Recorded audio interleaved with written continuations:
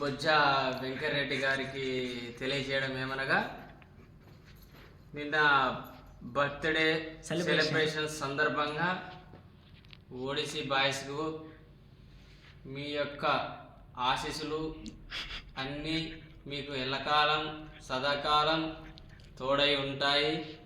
కావున ఒకసారి ODC boys గురించి కూడా ఆలోచించండి.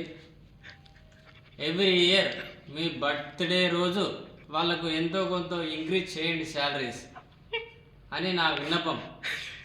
మరి మీరు దయతలిచి ఓడిసి గురించి ఆలోచించి ఒక మెట్టు పైకి ఎదగాలంటే వాళ్ళు ఉంటేనే మీరు ఎదుగుతారు.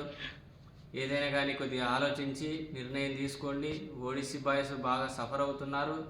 శాలరీస్ గురించి కొద్దిగా ఆలోచించుకోండి. మీరు ఏదైనా కానీ అందరు కలిసిమెలిస్తే మంచిగా ముందుకు వెళ్ళొచ్చు. సో మీరు ఏదైనా కానీ కొద్దిగా కేర్ తీసుకోండి. ప్రతి సంవత్సరం మీ బర్త్డే జరుగుతుంది, 30,000 40,000 ఖర్చు పెడతారు. అదే పిల్లలకు పెట్టండి. మీ దగ్గర ఎందుకు పని చేయరు? అలాగే మైపాల్ రెడ్డి ఉన్నాడు. మైపాల్ రెడ్డి ఎప్పుడు చూడు మనీ లేవు మనీ లేవు మనీ లేవు అంటాడు. మరి ఎందుకు ఏమో సంపాదించి ఏడబెడుతున్నాడో ఏమో భూమిలో పెడుతున్నాడో ఏమో నాకైతే తెలియదు.